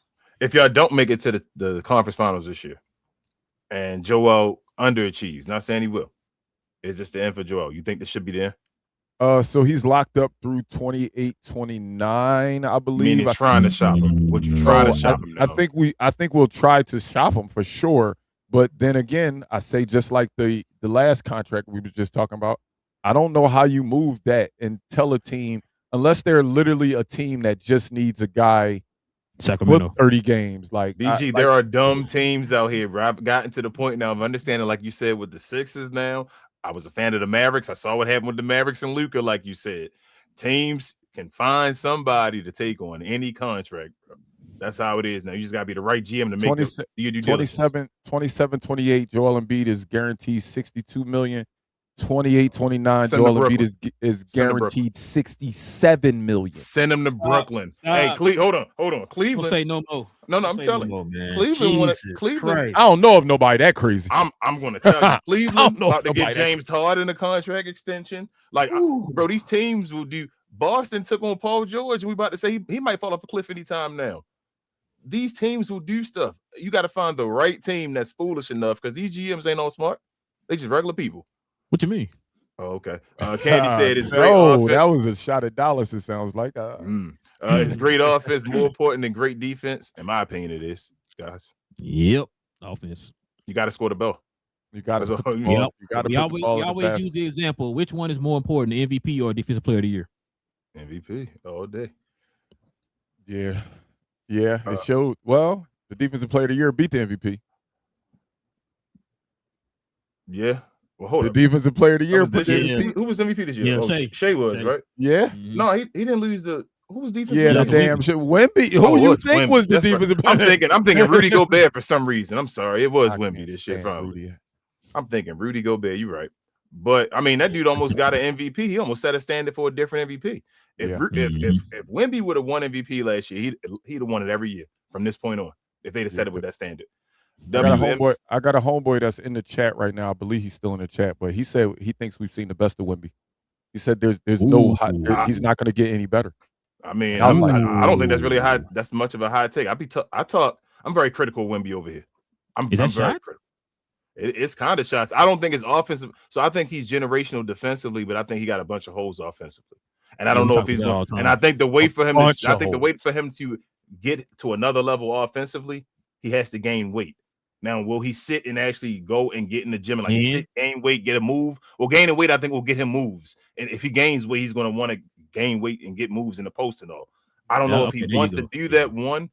And two, if he doesn't do that, like, I think he's just okay maybe being in that Spurs system, like being a Spurs player, even with taking that pay cut. Like, I got guys, Dylan Harper and them going to come take over for me and all that stuff. Let me just be the defensive machine. So nice. You can win a bunch of championships without being the best. You don't got to be the best player in the world to be win championships. WM said Max is a scoring machine now. Hard to turn it off once you go on. That's the scary part. We added a lot of talent to a guy that's literally finding out how to be a superstar. Facts. Space itself said Bronny James is better. Get it off the screen. Jackson. Why are you reading this? You just said you screened the comments. Come on, King. That's crazy. Why would you put that on the screen? Everything don't need light. W said facts. Max always has like 20 folks in the stands in San Antonio. Yeah, that's a fact. He said BG stay off the weed. Stephen A. That was when I was talking about LeBron when I was saying LeBron was the GOAT. I saw when that comment popped up. It was because I said Bron the GOAT. Look, it's just my opinion. I grew up. I'm blessed that I got to see both of them at their best. Well, all three of them, because I consider the three. You know, you got to go LeBron, Kobe, Mike. So I'm gonna straight up say I'm not in that order. Not in that order. I'm just saying. I'm not. You only had them three as the top three. No. You wanted the people. You wanted the people that don't got Kobe. I'm fine with that. Kobe and Tim actually Duncan closer than people say it is. That's how I feel. I agree with that Tim Duncan take.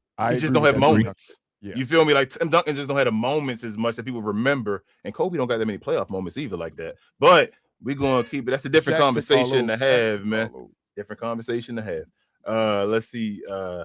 Get through these. Andrew says LeBron not coming to Philly. He is going back to Cleveland. I think he is using us for his documentary. I believe it was always Cleveland. I'm either way, Brian. Just one more year. This is last year. It better be his last.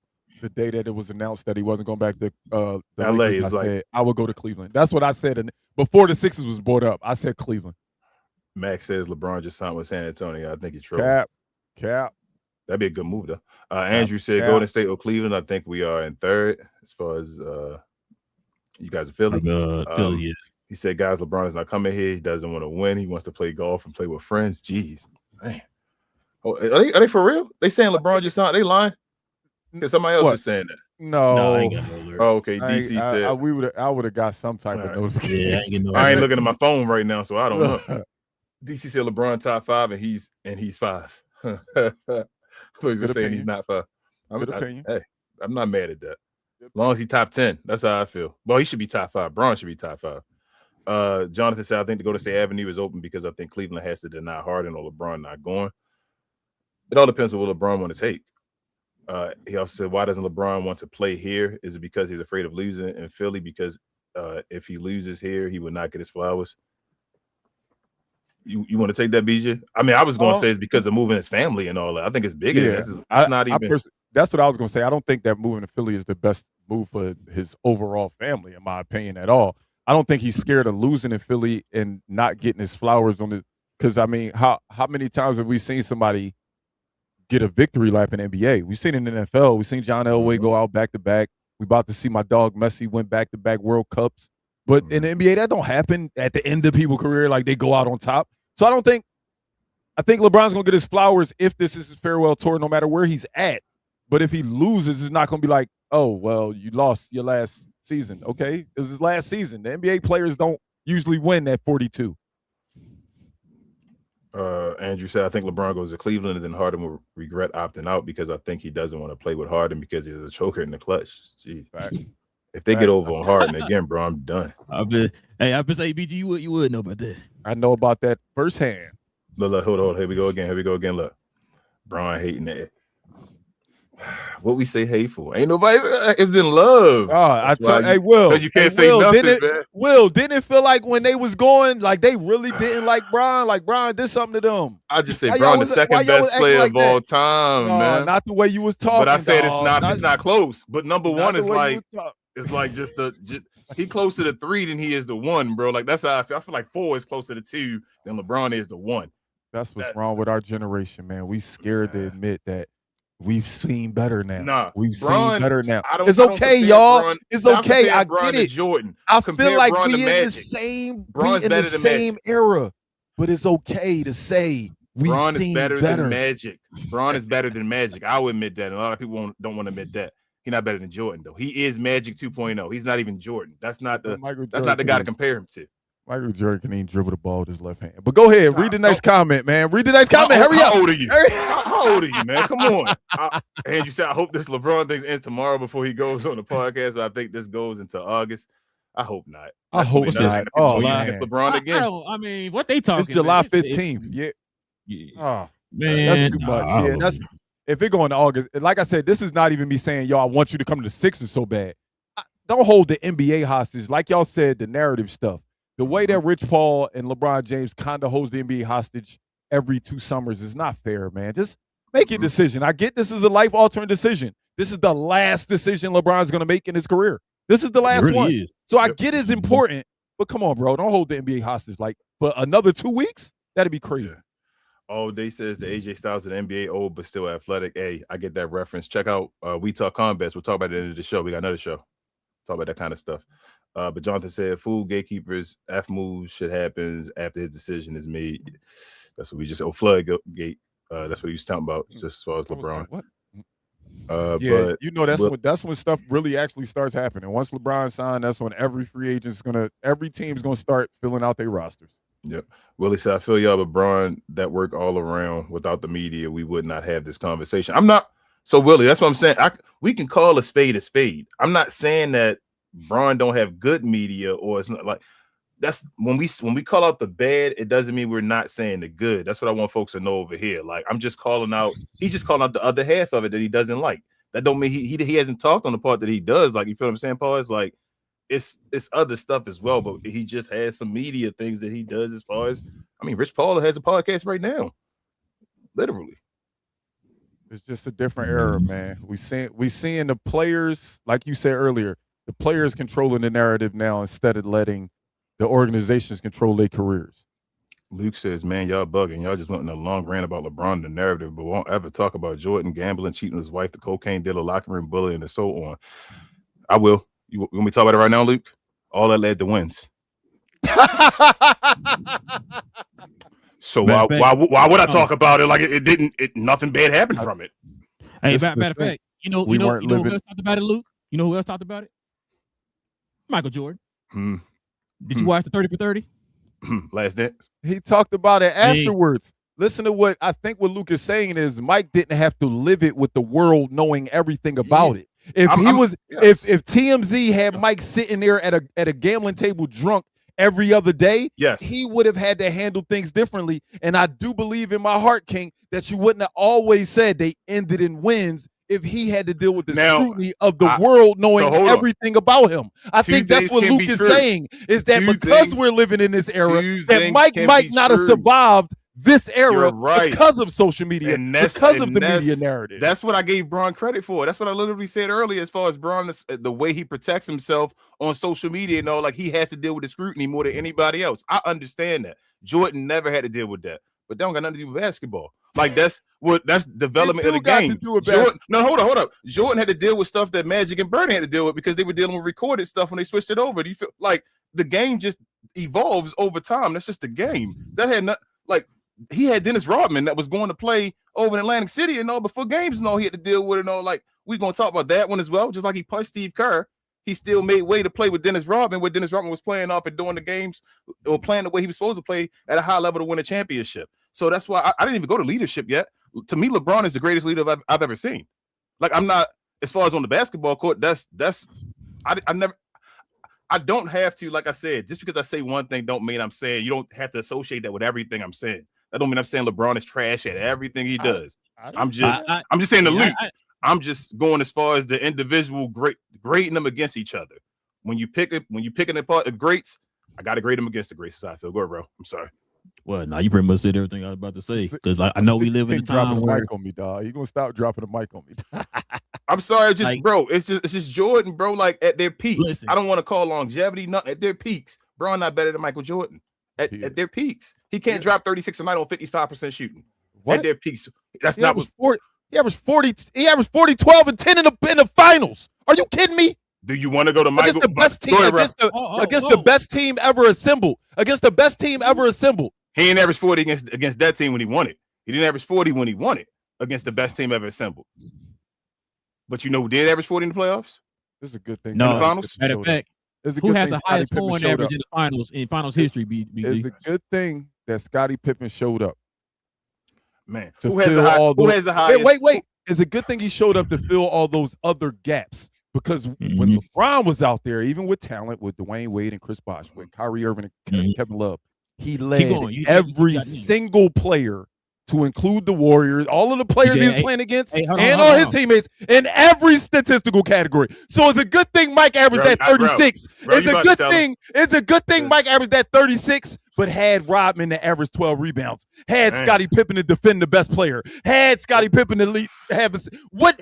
Congratulations, he can score. Y'all sound like Joel Embiid fans. What happened? Y'all telling me this man can score, so that makes him amazing. What was happening before when Michael Jordan was playing with Doug Collins? He was getting swept.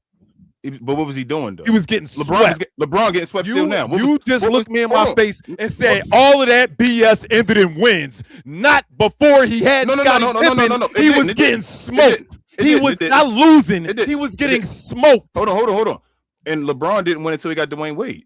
He wasn't getting smoked. in the no, first hold on. round. Hold on, so it He ma- wasn't hold on, getting hold on, hold on, swept hold on, in the hold on. first round. Hold up. Not Hold up, losing. Relle. Hold on. In the first round. Did this guy just use? Did this guy, produced- as a Braun fan, just use to me losing in a certain place and all that stuff? Did he just try to six finals me? Like, did he just try to do that without the finals? Did he just try to say, man, I made it to the Eastern Conference Finals, but you lost in the first round? Did he just do that to me as a Braun fan? With me trying not to use championships, saying the other stuff, you said, well, he got further when he didn't have it. Michael Jordan was putting up better numbers than LeBron James before he got Scottie Pippen. And getting smoked. He was getting smoked. If you say he was losing series 3-2, then we could talk. He was losing. Hold up. So LeBron James got swept by some of the greatest teams of all time, right? Yes. Michael Jordan got beat by some of the greatest teams of all time. Oh, okay. Do you not disagree? Okay. Hold on. For a prime example, BG, was the 86 Celtics not considered one of the greatest teams of all time? Yes, they were.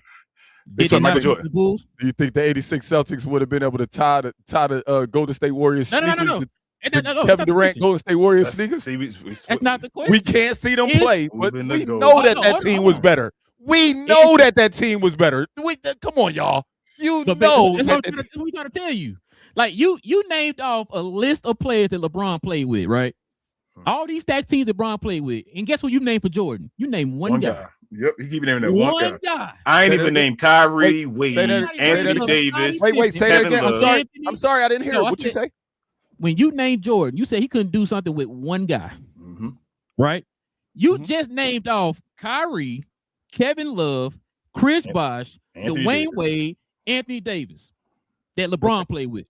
He had these stacked teams. You had that just for a quick second. When Mike won, his team was stacked.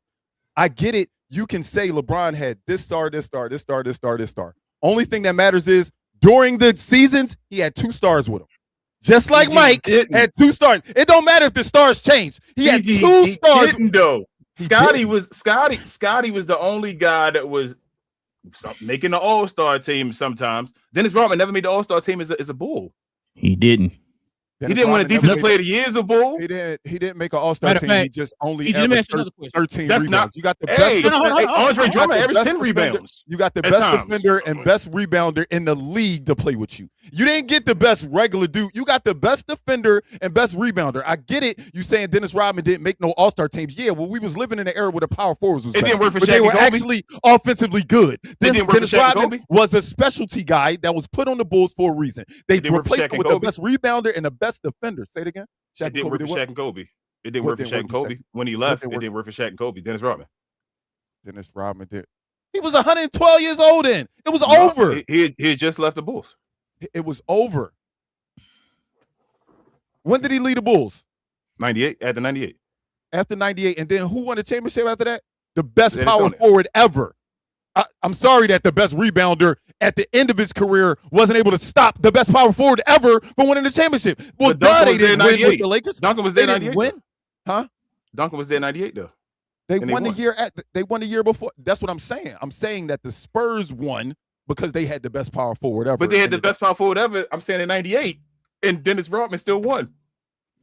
Dennis Rodman won what? Oh, you talking about with the Bulls? Who had the best? Who had the Who had the best power forward in 98? San Antonio had Tim Duncan in 98. Maybe he got drafted in 96. And who won the championship? The Chicago Bulls. Was Tim Duncan the best power forward in the NBA that year? His rookie season? Yeah, probably so. He might have he was close to it. Didn't he matter of fact, we just said that Robert didn't make an All-Star game, right? Guess who did? Tim Duncan did. His rookie year. Gotcha. Okay, I'm sorry. Yeah, come on, man. Like the Bulls is hindsight because like Dennis Rodman, I love Dennis Rodman. He's to me like one of the greatest defenders. It's a great conversation. That's how it becomes. But Dennis Rodman is one of the greatest players of all time. He is what he is. But it's still more of hindsight, though. It's not like when they were playing together, they was playing like, oh my God, these 3 guys are going to make the All NBA team. Why do it matter when we realize that it was great? So what? No, I got you. At the end of the day, he was the best defender and best rebounder in the NBA. Every team, what I'm saying is every team, when you win, you become great. Do you feel what I'm saying? Like, so when you win, you get a different recognition to you when you win. me give you a prime example, BG. I tell King this story all the time. I got a bunch of homeboys who are fans of different teams. When Dallas won in 2011, I got called every name under the sun. One and done boys, They're this, they can't do that. When they won the championship, it was, y'all won because y'all got a stacked team. Yep. So we win now. You got a stacked team. All year long, I wasn't hearing that. I heard one and done, boys, dirt weak, can't do this, can't do that. But as soon as they win the championship, now it's a stacked team. That's what King's trying to tell you. It's hindsight now. Nobody thought that they had a stacked team. But Jordan was so good. Nobody thought. Look, come on, y'all. Hold up. Nobody thought it was going to win 72 games. Nobody thought it was going to win 72 games. Nobody thought they just lost the Shaq. Nobody thought that the best team during that time, because be clear, even though we removed the Jordan retirement year, that still was a dynasty. So you got the best coach whose system only wins. And since he had Michael Jordan and Scottie Pippen and Horace Grant, it showed flawless. They lost Horace Grant and then replaced him with the best defender and best rebounder in the entire league. Yes, I don't care how you slice it. Nobody Superstars aren't just the guys that can score. Superstars aren't just the guys that can score 30. The fact that you can average 15 rebounds, you're a superstar. I'm sorry. I don't care how you slice it. I think you think because Dennis Rodman don't got no offense that he wasn't no superstar. No, that's not what I've never said. Listen what I'm saying to you. So that's just making me rewind back to my point don't count how many superstars LeBron had throughout his career. Just say he always had 2 when he won. Just like Mike always had 2 when he won. That's not the way. Hold on. No. BG, hold on. Let me ask you one question, BG. Let me ask you one question. So you put a player like Rodman on the same level of a D Wade? No, I don't put him on the same level, but I still is he not a top 75 player all time? No, let me ask you a question. Hold on. Yeah, he is. You're right. But we all know there's levels. Like Draymond is not the same as Charles Barkley. We talk, you know what I'm saying? Like you're not. Agreed. Are you going to build? Let me ask you. Hold on. Let me ask you a question. Are you going to build a team around Dennis Rodman? Just because I'm not going to build him doesn't mean he's not a superstar in his role.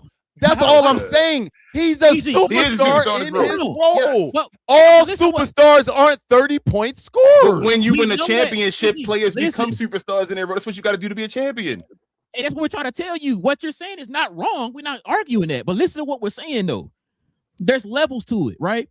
When you say superstar, it's misleading because you're making it seem like, he played with a big 3, right? A guy that, this guy can get you 30, that guy can get you 30, that guy can get you 30. All these guys are Chris Bosh, D Wade, and LeBron on the team, right? No, he is just like Draymond. He is a superstar at his role, right?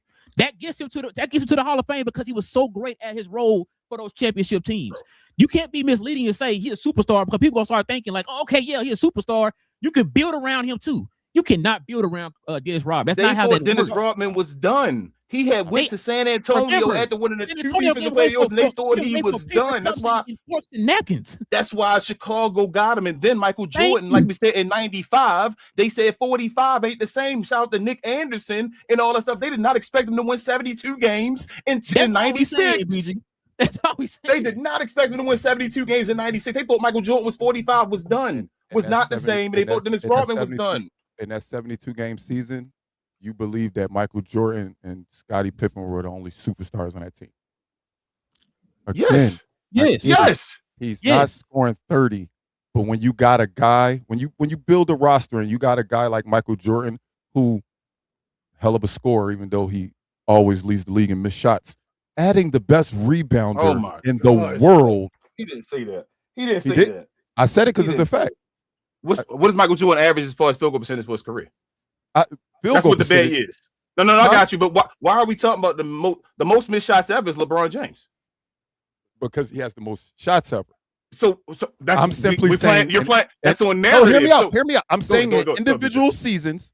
In individual seasons, one player always let in misses. In individual seasons, one player doesn't. But this player played 25, so he eventually caught you. Because he played. That's why he eventually has more misses than Mike. But Mike has led the league in misses 9 times. But BG, why would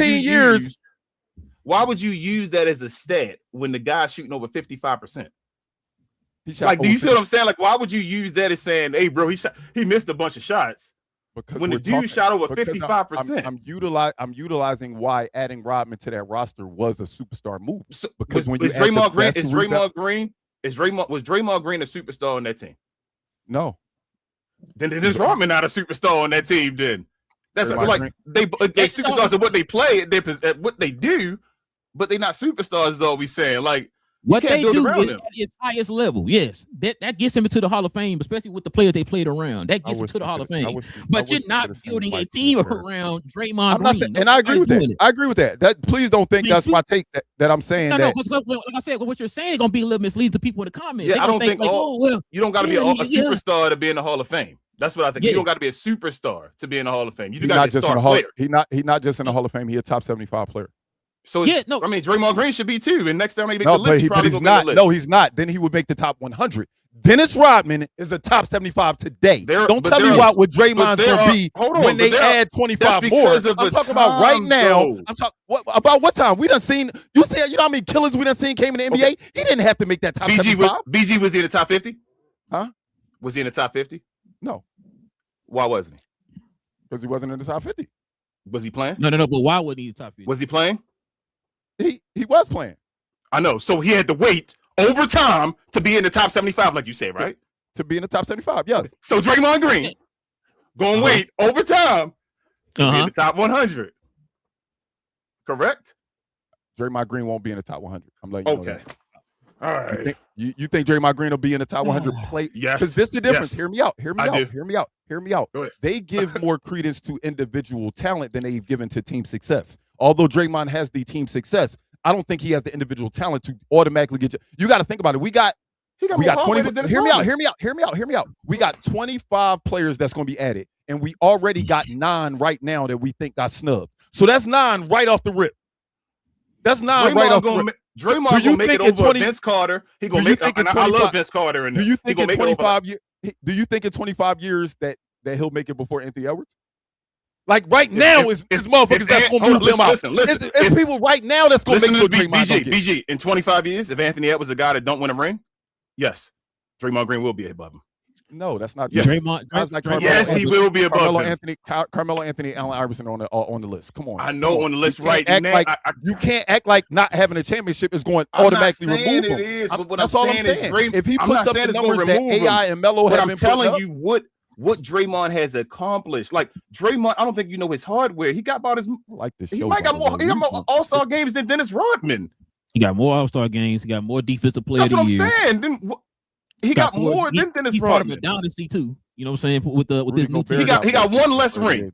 He got one less ring and more other hardware than Dennis Rodman. And we said it. Then let's keep going through that. That's a good conversation though. BG, we got to have you here for a regular NBA. I love it, man. I love it. Let's get about 3 more in, man. I got you. Let me move towards the night. I'm at the bottom. Izzy said Minnesota will win the West. We knew Izzy was going to be here. Yeah, of course. Let me see if I can get some. How would Rudy Gobert out there? I hate shots fired. I can't stand Rudy Gobert. RV says, to be honest, he's going to the Warriors. I could see that. Him finishing with Steph would be cool. Let's see. I guess you say I sound crazy. Maybe we could find another. We could have found another. Oh, he talking. I think he's talking about you, BJ. What he say? Lawrence. He said that man sounds crazy. I thought he's talking about me at first. I probably do, man. I'm a passionate guy. When I'm yelling, it's not because I'm mad. It's just I want to be. I do the same thing. It's a debate. It's barbershop debate. BG, we understand. Trust and believe. He said he averaged 30, 10, and 10 in a 3-1 comeback. And that's awesome, Luke. That's awesome. Again, I think because y'all fall in love with this time that y'all hear that, and that's incredible. Go look at what Michael Jordan was doing in the playoffs. Like, I think it becomes numb now that people just don't understand what he was doing. Yeah, he was. He just had his numbers last time. He was cooking. Watch our last episode. He was definitely cooking. He was definitely cooking Dan Marley and Hershey Hawkins, man. Seriously. Go ahead. Next comment. He was cooking. Oh my God, New York Knicks.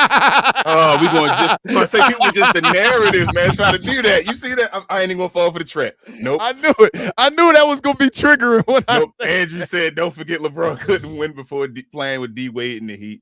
That's a fact. I mean, that's true. That's a fact. That definitely debunks my argument when I say Mike was getting smoked early on. That's a fact. He said, now name the players Jordan played against and beat that could hold a candle to today's NBA. I don't want to go down the line, Luke. Because the thing is, you know what y'all do? So I'm gonna tell you what you do, and I'm gonna leave it alone. Keep moving forward. Most people that talk about the NBA only talk about the finals. So the finals ain't where you gonna find Michael Jordan best matchup. You know, the only time he won 7 games, like me and Rob was talking about the last show, Like that 1 year in '98 against the Indiana Pacers in the Eastern Conference Finals and all that stuff. Don't worry about just the finals. He was barely playing the finals. The East is where the stuff was happening at that point. Like LeBron has the easier East, like they were saying. Back when Jordan played in the East was the house. Basically, it was like, let's run through the East. So, yeah, I ain't gonna go through every team though, because I could, talk about players like I almost did with BG, but try not to. It's okay. Andrew said, "Don't forget Ray Allen made the shot to help LeBron win 1 championship. Well, he would have had 3 championships. LeBron scored 14. LeBron scored 14 in a row. Points. 14 to 12 or 14 in a row like before that. I give him the credit. That's what I'm saying. That's when narratives get weird. I hate yes, you don't win that championship without Ray Allen's shot, but him scoring 14 straight, you're not even in that position. You're not getting the railing. I do BG. I'm with you 100%. Same thing with the bubble championship. I hate because if anybody else team won a championship, they'd be here cheering and all that. Like I do not change stuff that happened to try to change my narrative. We talk about that all the time over here, man. You like him or hate him, bro. Like you can't do that. He must be a Braun fan. He said, "You in the middle cooking, y'all." And then let me see if we get towards the end, the bottom right here. Man. Huey, I don't know who that is. Shout out Huey, man. He said when Jordan retired, they were 1 game away from the finals. LeBron leaving East team has been a lottery pick the next year. Hey, so Luke. Wait. Who's 1 game away from the finals? They won 1 game. It was 1 game away from the conference finals, by the way. Conference finals. They lost in the second round. So you be paying attention to ESPN Classics and all that stuff. I can tell, Luke. You don't know. You ain't lived through this. Because I can tell you regurgitate stuff. He regurgitates stuff. Yeah, he's young. He regurgitates stuff. He ain't young. That's my dog. Shout out my dog, Luke. No, he good, but Scottie Pippen got him to 55 games. He did. Then the next year, though, they were trashing to Jordan return. Jordan had to fight for him to get into the playoffs and get that seed. They wanted to run at the end when he played and got back there. And then when Jordan left at the 98, go check their record there. And they broke the whole because Scottie Pippen barely played in it. Scottie Pippen barely played in 98, though. Are we gonna talk about that? But then they also break up that whole team. I'm just asking. That is correct. But are we gonna forget about this? Did Scottie Pippen not get surgery in the last year when they played when they were so old men, and then came back half the season not the man he was and all that stuff, and then getting single digit games in the finals and all that stuff, and Jordan still won? Is that true? Man. At 98? Yeah, man. What was it? What was that Hornacek year? Hornacek was. And Utah had home court, right? No, it was Byron Russell. That's Byron Russell. And Utah had home court that year, right? I remember that. Byron Russell. And Jordan still won. Luke, when you live through, like I said, Michael Jordan, the great thing, like BG I think said earlier, when you live through Michael Jordan, Kobe, and LeBron. Like I get to sit here and tell stories about all three. I don't want to say lie, but I don't gotta pretend and make up stories based off of what I heard as far as folktale and all that stuff. Like I'm not saying this because I hate one of them. I love all 3 of these guys. They are incredible. I hated Kobe when he played at the beginning. Kobe, I hated Fro Kobe. I thought he was overrated. I loved Vince Carter. I hated Fro Kobe. I thought he just got Shaq beside him. It is what it is. But when number 24 got around, you realize, oh man, this dude, Kobe is on a different level. I respected the game. It is what it is. Braun, before he left and all that stuff, I loved D Wade at first. I didn't like Braun until he actually got over the hump and won the chip in 2012 and all. Like I said, I was a Dallas Maverick fan, so I'm loving in 2011 that we beat him. He overrated. But then you understand as the game going, this dude went to 8 finals in a row and all that. That's not something to sleep at or sneeze at or whatever. That's ridiculous. I don't care who the hell you are. So it is what it is. But that's the last comment, bro. Sound like the mic drop. That was a good comment section that we had. Yeah, I'm gonna be honest. It's a good show, bro. We gotta get BG back. I love these types of shows, bro. Fun. Look, what time is it? It can't be 12:45. It feels like, man, I could go for a couple more hours. Man, my eyes said nope, I'm done. Listen, man. We just appreciate everybody, rocking with us for another episode per usual. Y'all already know, man. Hit them subscribe buttons. Hit them likes. We do this every Monday, Wednesday, and Friday morning, y'all. So join us over here for the conversation. Shout out to the folks who just subscribed to the channel, man. Shout out to y'all. Shout out to Kyle, who just became a member of the channel. So shout out to him as well. Also, too, if you guys want to become a member like Kyle just became, hit that join button right there next to the subscribe button. Consider becoming a member of the channel. We have our Friday morning dedicated to the members of the channel, y'all. So you can join us here on Fridays for the members. Also, too, man. Follow me, Big J, BA, and Cuz. Probably BJ went on today. On Cuz We Geek, we talk about all things in the geek culture involving movies and television, man. We're going to probably talk about Odyssey this weekend. 99% on Rotten Tomatoes, King. So I know. It's Nolan. It's Nolan. It's in the movie theater. My surprise. Did you gonna talk about X-Men 97 episode 5 was today. Watched that before we start the show, so we're gonna talk about that too. And Kevin Feige made some comments over in Shanghai. We're gonna break those down too, so we're gonna talk about that as well. So join us over there, man. We talk about Marvel, DC, Star Wars, all them good things over there on Cuz We Geek, man. Join us over there every Tuesday evening, Saturday morning. King, is there anything else I forget?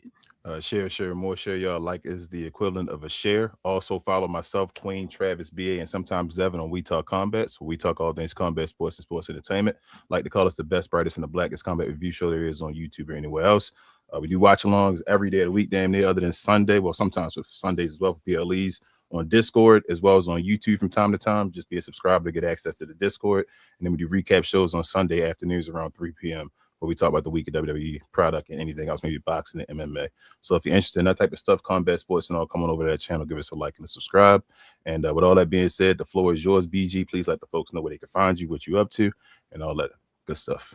Hey, man, first I want to just thank y'all for opening up the doors for me today to scream at y'all and tell y'all that Bron is the GOAT. I'm glad we was able to agree that Bron is the GOAT. Y'all heard what they said. No, but y'all can find me always at Eat Sleep Sixes podcast, man. Shout out my whole staff over there. 215 the sports guy, Sixers fan for life, Jenny from the block, Lauren fan of the year. We about to get shit ramped up for us, man. Is everybody coming back? We bring it on somebody. Well, I won't even call her new, but Lauren's joining the team full time. I don't know if you ever seen. Yeah, I don't know if you've seen. Yeah, so we got some big things coming up this season. Obviously, the Sixers is the talk of the offseason so far. So we keeping that going. Also at my other page, BG What We Talking About podcast. So what we talking about is 3 A's and 3 T's. BG What We Talking About. It's just 3 A's and 3 T's. You can find me over there on all social medias. And please, man, don't forget to subscribe on both BG What We Talking About podcast and Eat Sleep Sixes, man. We talk Sixers. We give away merch. We do all types of stuff over there. We have fun with every team. Whenever we play in a team, we actually like when the fans come and take over our chat because we don't run from no smoke. Yeah, the Knicks come the same way they take over our stadium. The same way they take over our stadium, they take over our chat. But we love it. When they beat you in the playoffs, I was like, I don't even want to watch this episode, bro. Y'all comment section flooded, boy.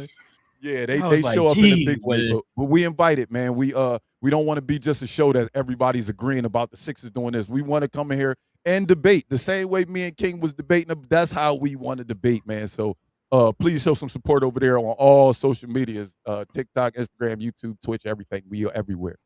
But again, man, Relle, King, I definitely want to thank y'all for having me on tonight, man. I always love talking Sixers, and even more, I love talking sports. So I'm down anytime, man. I'm down anytime. My God. And also, all this stuff is in the description. I'm going to include his personal channel as well in the description after the show. So I got you on both of them. I'll tag both of them and all that stuff. So check out our description for all of his links and all. Oh, yeah, just going to say something else. No. Yeah, man, listen. That's a wrap. Yeah, it's a wrap. That's it. Bye, y'all. No, I was playing. Listen, man, we're gonna be back here on Friday morning. We'll talk about more NBA stuff. I don't know what we're talking about yet, but we'll talk about something, man. Y'all know. Ron signing to the Sixers, probably. We'll see. We'll see. But I didn't hear for the last 2 weeks. This the day, or this the week, or this the 24 hours, or 48 hours, or whatever. But we still ain't got no. They don't care about us, man. Come on, LeBron, we need content, man. Give us something. But yeah, man, look, we'll be back here on Friday, man. Y'all already know, man. This is Captain Crown NBA podcast, man. Your boy Relle got King in the building. I guess BG. We'll be back here on Friday, y'all. Same cap time, same crown channel. No cap. Hey. Captain's Crown, man. Listen, I'm gonna tell you right now, BG. I don't even.